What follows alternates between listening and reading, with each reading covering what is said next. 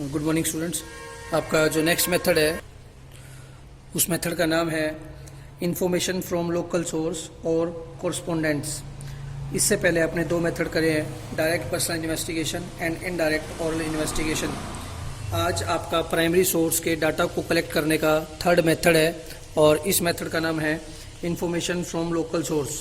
देखिए इसमें क्या होता है, इस केस के अंदर लोकल सोर्स मतलब लोकल एरिया का पर्सन, ऐसा मेनली कहाँ होता है, जैसे टीवी के लिए, रेडियो के लिए हम लोग इस मेथड का यूज़ करते हैं। इस मेथड में इन्वेस्टिगेटर क्या करता है, वहाँ का एक लोकल पर्सन अपॉइंट कर लेता है और वही बंदा क्या करता है, हमें आसपास की सारी इन्फॉर्मेशन प्रोवाइड करता है।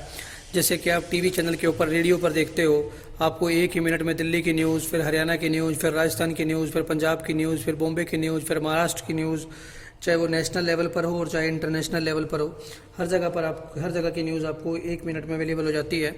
क्योंकि वहाँ के लोकल पर्सन्स आसपास में होने वाली जितनी भी जो घटनाएं हैं, इवेंट्स हैं, उनके बारे में रिकॉर्ड कर करके वो मेन हेड ऑफिस में क्या करता है, प्रोवाइड करता है।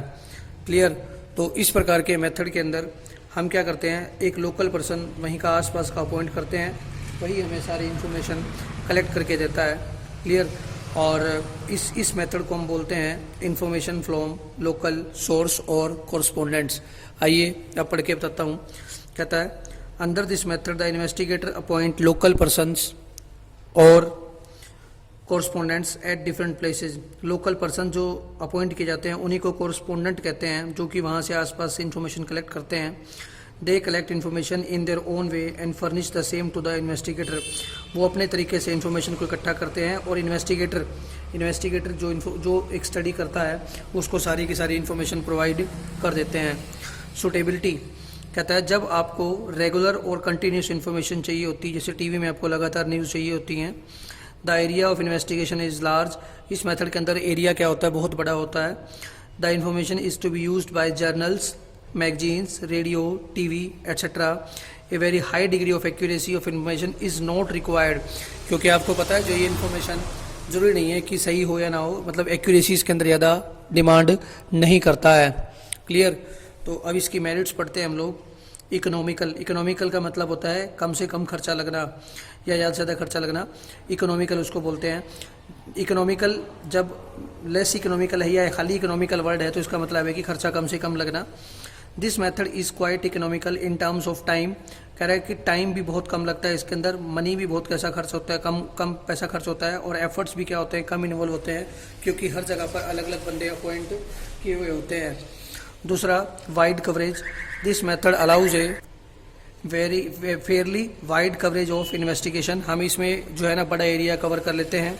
और continuity, the correspondents keeps on supplying almost regular information. जो लोकल बंदा अपॉइंट करता है वो लगातार से इन्फॉर्मेशन प्रोवाइड करता रहता है। Suitable for special purpose. This method is particularly suitable for some specific purpose, special purpose investigations. Example, price quotation from the different grain market for the construction of index number of agriculture prices. Agriculture के जो price अलग अलग तय किए जाते हैं, जैसे wheat का अलग होता है, ठीक है, अलग अलग वीट के अंदर जो है ना फसलों गेहूं के जैसे कटने वाली है, हर फसल के गेहूं के दाम भी अलग अलग होंगे। तो उस केस के अंदर क्या करते हैं, हर कमोडिटी का अलग अलग प्राइस सेट किया जाएगा और इसको जब हम कंस्ट्रक्शन करते हैं इंडेक्स नंबर की एग्रीकल्चर प्रोडक्ट्स की, तो उस केस में भी ये बहुत बेनिफिशियल रहता है। ठीक है। तो अब हम बात कर रहे हैं इसकी डीमेरिट्स की तरफ। कहता है, loss of originality. Originality of data is sacrificed owing to the lack of personal contact with the respondents. तो इसकी demerits क्या है, loss of originality of data is sacrificed owing to lack of personal contact with the respondents। क्योंकि इसके अंदर हम लोग जो रेस्पोंडेंट होता है उससे इन्वेस्टिगेटर खुद नहीं मिलता है, ना ही उससे कल जानकारी इकट्ठी की जाती है। तो इस केस के अंदर हमारे पास डाटा की ओरिजिनलिटी नहीं रहती है, डाटा सही नहीं होता है। Lack of uniformity. आपने देखा कि हर जगह पर अलग अलग जो है ना रिस्पोंडेंट्स को, या हम बोलते हैं कि लोकल पर्सन को अपॉइंट किया जाता है, तो डाटा यूनिफॉर्म यानी कि एक जैसा भी नहीं होता है। Personal base. This method suffer from the personal base of the correspondent. जो बंदा हमारे को इन्फॉर्मेशन कलेक्ट करके देगा, हो सकता है वो जानकारी गलत प्रोवाइड करे या उसकी अपने बाइसनेस लगा ले, तो उस केस में भी जो है ना हमारा डाटा रिलायबिलिटी नहीं रहती है। Less accurate. The data collected by this method are not very accurate. क्योंकि टीवी के ऊपर न्यूज़पेपर में या टीवी में जो खबरें आ रही हैं, डाटा की एक्यूरेसी ज़्यादा नहीं होती है हमारे पास। Delay in collection. Generally there is a delay in the collection of information through this method, और इस मेथड के अंदर इन्फॉर्मेशन को कलेक्ट करने में टाइम भी बहुत लग जाता है, क्योंकि लोकल पर्सन है, आसपास से इन्फॉर्मेशन कलेक्ट करेगा तो टाइमिंग कंज्यूमिंग प्रोसेस क्या है, टाइम कंज्यूमिंग प्रोसेस ज़्यादा है ये। तो इसके अंदर क्या होता है, अब मैं डिटेल में एक बार शॉर्ट बता देता हूँ सारी बात। लोकल सोर्स के अंदर एक लोकल पर्सन अपॉइंट किया, वही सारी इन्फॉर्मेशन को कलेक्ट करके लाया, लेकिन इसकी कुछ एडवांटेज हैं, कुछ डिसएडवांटेज हैं। इकोनॉमिकल है, एरिया बड़ा कवर कर लेगा, लगातार इन्फॉर्मेशन मिलती रहेंगी, और स्पेसिफिक पर्पस में ऑब्जेक्टिव इसका जो है ना बहुत अच्छा रहता है ये। लेकिन अगर डीमेरिट्स की बात करते हैं तो डाटा ओरिजिनल नहीं मिलता है आपको, ओरिजिनल नहीं है तो एक्यूरेसी नहीं है। फिर जो इन्वेस्टिगेटर है, जिसने जो आसपास के बंदे लोकल अपॉइंट किए हुए हैं, कोरस्पोंडेंट हैं, अगर वो बायसनेस हो जाती है तो इन्फॉर्मेशन हमारे को सही नहीं मिलती है, और डाटा को कलेक्ट करने में टाइम भी बहुत लग जाता है। आगे चलते हैं। दूसरा मेथड है आपका, तीसरा बल्कि लास्ट मेथड है इसका, fourth method, information through questionnaires and schedules. तो पहले आपको क्वेश्चनेयर और शेड्यूल्स के बारे में पता होना चाहिए। देखिए क्या होता है इस मेथड के अंदर, इसके 2 पार्ट्स हैं अंदर, मेलिंग मेथड और दूसरे मेथड का नाम है न्यूमरेटर मेथड। पहले आपको बताता हूँ होता क्या है। इस मेथड के अंदर ना हम पहले से ही सभी क्वेश्चंस को तैयार कर लेते हैं। क्वेश्चंस के अलग अलग टाइप हो सकते हैं, यस नो वाला हो सकता है, या मल्टीपल चॉइस क्वेश्चन हो सकता है, जिसमें आपको पता है कि 4 ऑप्शन होते हैं, ठीक है। तो वो क्वेश्चंस क्या करते हैं हम लोग, जिस बंदे से इन्फॉर्मेशन कलेक्ट करनी होती है उस बंदे के पास इन्फॉर्मेशन को सेंड करते हैं, उन क्वेश्चंस को सेंड करते हैं, ठीक है। जब उसके पास सेंड करेंगे तो वो हमारे को आंसर देगा। अब यहीं से हमारा डिफरेंस शुरू हो जाता है इन दोनों मेथड के अंदर। पहला जो है मेलिंग मेथड और दूसरा जो आता है न्यूमरेटर मेथड। मेलिंग मेथड के अंदर तो हम सामने वाले को मेल कर देंगे, ठीक है, और वो खुद इन्फॉर्मेशन को भर के हमारे को देगा। लेकिन न्यूमरेटर मेथड के अंदर हम क्या करते हैं, एक पर्सन को अपॉइंट किया जाता है, उसको काम सिखाया जाता है, इन्फॉर्मेशन को कलेक्ट कैसे करना है, उसको डिफरेंट टेक्निक सिखाई जाती है। फिर वो अलग अलग इन्फॉर्मेंट के पास जाकर के, यानी कि जिस बंदे से हमारे को इन्फॉर्मेशन इकट्ठी करनी होती है उस बंदे के पास जाता है और खुद ही सारी इन्फॉर्मेशन कलेक्ट करता है, और जो क्वेश्चन होते हैं उनको खुद ही वो भरता है, तो उसे हम बोलते हैं न्यूमरेटर मेथड। तो बस यही डिफरेंस है इन दोनों मेथड्स के अंदर। क्वेश्चंस हमारे पास पहले से ही क्या होते हैं, तैयार होते हैं।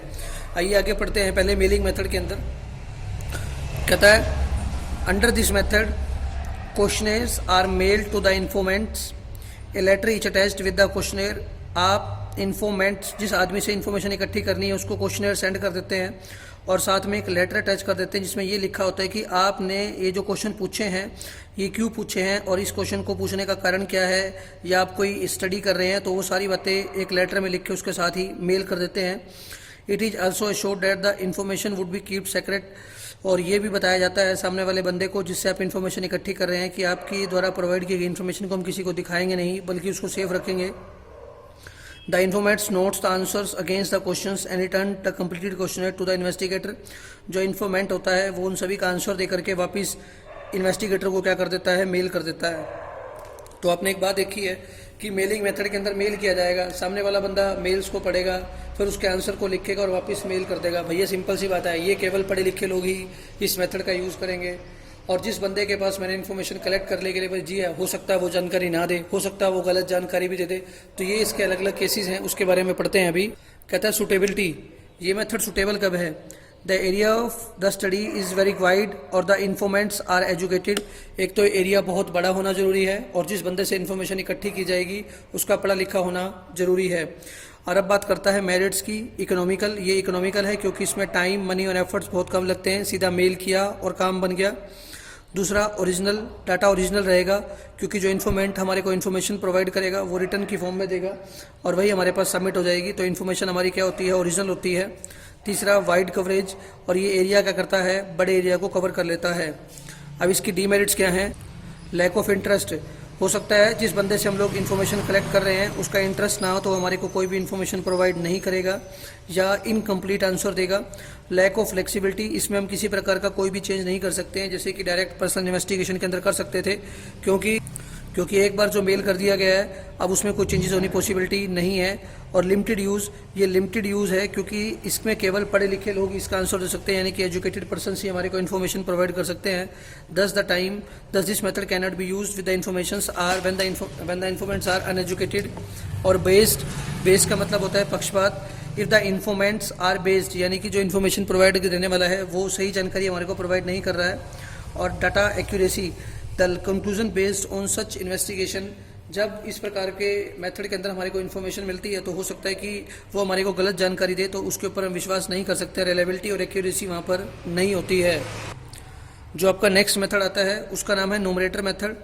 जैसे कि अभी आपको बताया था कि under this method a questionnaire is prepared according to the purpose of inquiry. हमारे इन्वेस्टिगेशन के अकॉर्डिंग हम लोग क्या करेंगे, क्वेश्चनेयर तैयार करेंगे, यानी कि क्वेश्चन बैंक तैयार करेंगे जो सामने वाली पार्टी से हमारे को पूछने होते हैं। The numerator himself approaches the informants. जो नोमरेटर है वहाँ वो खुद इन्फॉर्मेंट के पास जाएगा उन क्वेश्चनर्स को लेकर के, और the questions which are filled by the enumerator themselves by putting questions are called schedules. Difference समझ में आ रहा होगा आपको। इसके अंदर नोमरेटर खुद आंसर लेगा और उनको खुद ही फिल करेगा, और इस प्रकार के क्वेश्चन जो है ना वो खुद जब फिल करता है तो उसको हम क्या बोलते हैं, शेड्यूल्स बोलते हैं। Thus, under this method, the enumerator himself fill the schedules after seeking information from the informants. Numerators are those persons who help the investigator in collecting the data.